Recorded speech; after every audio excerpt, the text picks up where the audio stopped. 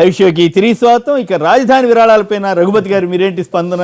ఏంటి మీరు విరుసుపడుతున్నారు? అది ఎంతవరకు కరెక్టు? వాళ్ళు చెప్తున్నారు, తెలుగుదేశం వాళ్ళు నిన్న రేణుక్ గారు వాళ్ళు ఎంత అబద్ధాలు ప్రచారం చేస్తున్నారు, మీరు స్వచ్ఛందంగానే ఇమ్మన్నారు తప్పితే విద్యార్థుల నుంచి వసూలు చేయమనలేదని చెప్తున్నారు. ఇది ఈరోజు కదండి, ఇప్పుడు ఈ కార్యక్రమం మొదలుపెట్టినప్పటి నుంచి వాళ్ళ కార్యకర్తలకు ఒక పని అప్పచెప్పారు. ఊరూరా షాపుల వెంబడి తిరిగి వసూలు చేశారు. ఆ వసూలు చేసిన దానికి ఎక్కడ లెక్క డొక్కలు. షాపుల దగ్గర నుంచి ఏంటి విరాళాలు రాజధాని కోసం. నిజమా? నేను రాజధాని నిర్మాణం కోసం అని చెప్పి విరాళాలు వసూలు చేశారు. దానికి ఎక్కడ లెక్క డొక్కలేదు. ఉండీలు పెట్టారు. ఎక్కడ పడితే అక్కడ. ఇప్పటిదే కాదు, ఇది కార్యక్రమం ఇప్పటిది కాదు. ఇది రాష్ట్ర ప్రభుత్వం ఏర్పడినప్పటి నుంచి ఈ కార్యక్రమం జరుగుతోంది. మనం కొత్తగా నిర్మాణం చేయాలి అనేటువంటి విద్యార్థుల భాగస్వామ్యం కూడా ఇది పరాకాష్ఠకి చేరింది. ఇప్పుడు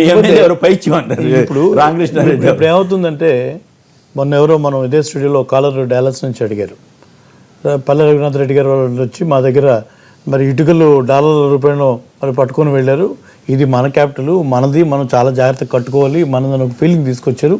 ఇప్పుడు 99 ఏళ్ళకి వాడు ఎవరికి లీజ్కి ఇస్తే అంటే 100 ఏళ్ళ దాకా మనది కాదా అది? అలాంటప్పుడు మమ్మల్ని ఒక సెంటిమెంట్తో దీన్ని ముడిపెట్టి మమ్మల్ని అందరినీ చేయాల్సిన అవసరం ఉంది అనేటువంటి మాట వాళ్ళు మాట్లాడారు. అలాగే ప్రతి వాళ్ళం కూడా ఏదో మట్టి నీళ్లు దాంట్లో వేయాలి, మన ప్రతి వాళ్ళ కంట్రిబ్యూషన్ ఉండాలి, ఇది మనది అనేటువంటి భావన కలగాలి అనే మాటలు అయితే కోటలు దాటుతున్నాయి.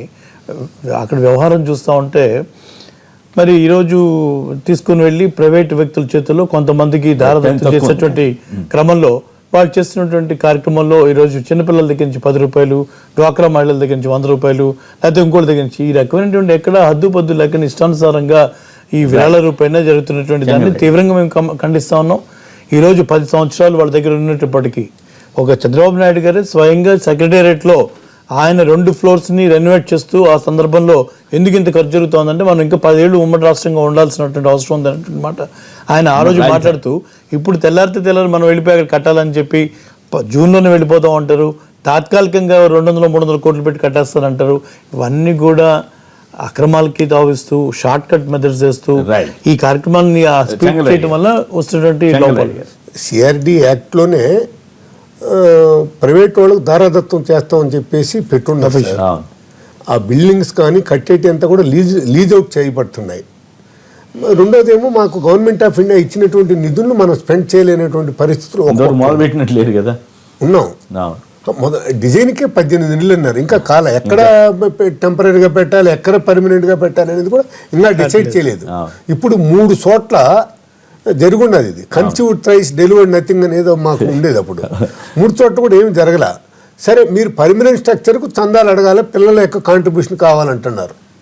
మీరు పిల్లల యొక్క కాంట్రిబ్యూషన్ మీద మీరు కాన్సన్ట్రేషన్ చేసినప్పుడు ఈ రాష్ట్ర ఖజానా మీద ఎంత పడుతుందన్న మీరు ఆలోచించాలి కదా. చందాలతో మీరు కట్టుకోవాలనుకున్నప్పుడు మీరు లీజ్ అవుట్ చేయటమేంది సార్? సొంత ప్రాపర్టీ అన్నప్పుడు లీజ్ అవుట్ చేయటమేంది? ఇది పద్ధతి కాదని చెప్పేసి ఇప్పుడు ఏదో రామ మందిర నిర్మాణానికి ఇటుకలు ఇవ్వాలని చెప్పేసి అంతకుముందు అడిగినట్టు ఇప్పుడు ఈ ప్రొక్యూర్మెంట్ ద్వారా ఇటుకలు ఇవ్వమని చెప్పేసి ఊరూరు పోయి ఇతర దేశాలకు పోయి దీంట్లో ఒకటండి, సెంటిమెంటల్ గా మనం మాట్లాడుకుంటూ అక్కడ కార్యకర్తలకి పని చూపిస్తూ వీళ్ళు చేసేటువంటి భాగవతాలు తెలియకుండా చేయడానికి మండలి నుంచి బిందులు మట్టి ఎత్తుకొని ఊరు నుంచి మట్టి కలెక్ట్ చేసి సపరేట్ గా బస్సులు పెట్టి ఒక సెంటిమెంట్ క్యారీ అవుట్ చేయాలని చూసారు. లోటు బడ్జెట్లు, డబ్బులు లేవు, సెంటర్ డబ్బు ఇవ్వాలి, స్పెషల్ స్టేటస్ కావాలంటున్నాము. అయినప్పుడు ఎన్ని ఇంజనీరింగ్ కాలేజీలు మూతపడతానికి సిద్ధంగా ఉన్నాయి.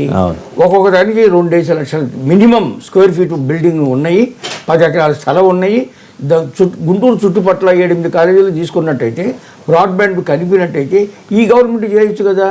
మనం 1,00,000 ఎకరాలు సేకరించొద్దాం మీరు చెప్పేదాని ప్రకారం? లేదు, ముందు ఈ 300 కోట్ల రూపాయలు ఖర్చు పెట్టడం ఎందుకు? ఇక్కడ నుంచి వెళ్ళగొట్టబడడం లేకపోతే వెళుతున్నాము అని అనిపించుకోవటం ఎందుకు? ఏ విధంగా అయితే దేశం విభజన జరిగినప్పుడు పాకిస్తాన్ వాడికి మూటా ముళ్ళి కట్టుకుని వెళ్ళిపోయారో, ఏ విధంగా అయితే ఆంధ్రాకి వచ్చినప్పుడు మద్రాసు నుంచి 3 రోజుల్లో గోడారంలోకి వచ్చామో, అట్లాగే గౌరవంగా మర్యాదగా ఆత్మస్థైర్యంతో వెళ్ళిపోయి ఆల్టర్నేటివ్ లేదని అనుకోవడం తప్పనమాట. నాగార్జున యూనివర్సిటీ పెద్ద ఏరియా ఉంటే ఎన్నో ఉన్నాయి. ఐటీ కూడా బ్రాడ్బ్యాండ్ వీటన్నింటినీ కలపొచ్చు కదా. ఇప్పుడు 3 నెలల్లో ఆంధ్రప్రదేశ్ అంతా కూడా బ్రాడ్బ్యాండ్ రాబోతుంది అనమాట అండి. కాబట్టి ఎక్కడి నుంచైనా గవర్నమెంట్ చేయొచ్చు. ఓకే. చివరికి ఇంకొక విషయం చెప్తున్నాను, ఒక హైదరాబాద్ని డెవలప్ చేయాలండి. వచ్చే 50 ఏళ్లలో 60 కోట్ల మంది గ్రామస్తులు పట్టణాలకు వస్తారు. ఓకే. ఏ పట్టణంలో కూడా వస్తువులు లేవు. Right. వికారాబాద్ ఎందుకు డెవలప్ చేయకూడదండి? రైట్. స్మార్ట్ సిటీస్ అన్ని మోడీ గారికి చంద్రబాబు కలిపి నేను ఒక ప్రజెంటేషన్ ఇచ్చాను. 600 కొత్త పట్టణాలు కట్టాలి. స్మార్ట్ సిటీస్ అని ఎన్ని బిల్డింగ్లు బదులు కొడతావు, ఎన్నిసార్లు స్మార్ట్ సిటీ అని చెప్పి నాకు ఆశ్చర్యం. ఏదో పెద్ద బ్రహ్మ పదార్థం అనుకుంటే చేరైతే 100 కోట్లు అన్నారు. 100 కోట్లు మనకి పప్పు బెల్లాలు సరిపోవట్లేదు. అది ఒక బక్కలాగా ఇంకా వస్తాయి. రైట్. ఈ రోజు తెలంగాణ శాసనసభ ఉపసభాపతి శ్రీమతి పద్మా దేవేందర్ రెడ్డి గారికి జన్మదిన శుభాకాంక్షలు. వారు తెలంగాణ ఉద్యమంలో చాలా చురుకైన పాత్ర పోషించి శాసనసభ్యురాలుగా, ఆ తర్వాత ప్రస్తుతం రాష్ట్ర ఆవిర్భావం తర్వాత శాసనసభకు డిప్యూటీ స్పీకర్గా కూడా పనిచేస్తున్నారు. మహిళా ఉద్యమ నేతగా వారు ఉన్నారు. వారికి జన్మదిన శుభాకాంక్షలు.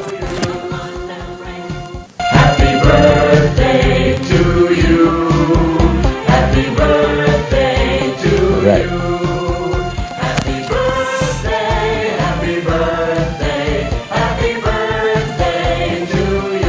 రైట్. పద్మా దేవేందర్ రెడ్డి గారు మనతో మాట్లాడడానికి సిద్ధంగా ఉన్నారు. పద్మ గారు నమస్కారం అండి, మీకు జన్మదిన శుభాకాంక్షలు. Happy birthday madam. బాగున్నాను, మీరు బాగున్నారా? మీకు జన్మదిన శుభాకాంక్షలు. బాగున్నామండి, థ్యాంక్ యూ అండి. అక్కడ ఉన్న వాళ్ళందరికీ కూడా ధన్యవాదాలు.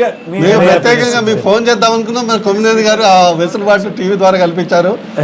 Happy prosperous and healthy new year. Thank you, thank you అండి. లక్ష్మణాణి గారు మీరు కూడా. లక్ష్మణాణి గారు థ్యాంక్ యూ అన్న. శుభాకాంక్షలు. థ్యాంక్ యూ అండి. మీ రాజకీయ అనుభూతి, మహిళగా ఒక స్థాయికి ఎదిగారు, ఎలా మీ రాజకీయ భవిష్యత్తు మీద వీటి మీద మీరు ఎలా ఫీల్ అవుతున్నారు? చాలా సంతోషంగా ఉందండి. తెలంగాణ ఉద్యమంలో భాగస్వామ్యం అయినాము, తెలంగాణ రాష్ట్రాన్ని సాధించుకున్నాము. అదే విధంగా మళ్ళీ తెలంగాణ రాష్ట్రం బంగారు తెలంగాణ కావాలని, ఆ దాంట్లో కూడా నా వంతు బాధ్యత నిర్వర్తించాలని చెప్పేసి ప్రయత్నం చేస్తా ఉన్నాం. తప్పకుండా సాధించుకుంటామని నమ్మకం ఉంది. ఆ గోల్ సాధించే వరకు కూడా మళ్ళీ ఈ విధంగానే కష్టపడుతూ ఉంటాం. అంతే కదండి, ఒక మహిళయే తెలంగాణకి చీఫ్ మినిస్టర్ అయ్యే వరకు కూడా పాటుపడతామని చెప్పండి. మహిళా చీఫ్ మినిస్టర్ అవ్వాలని, మహిళా మంత్రి కావాలి కదా ముందు.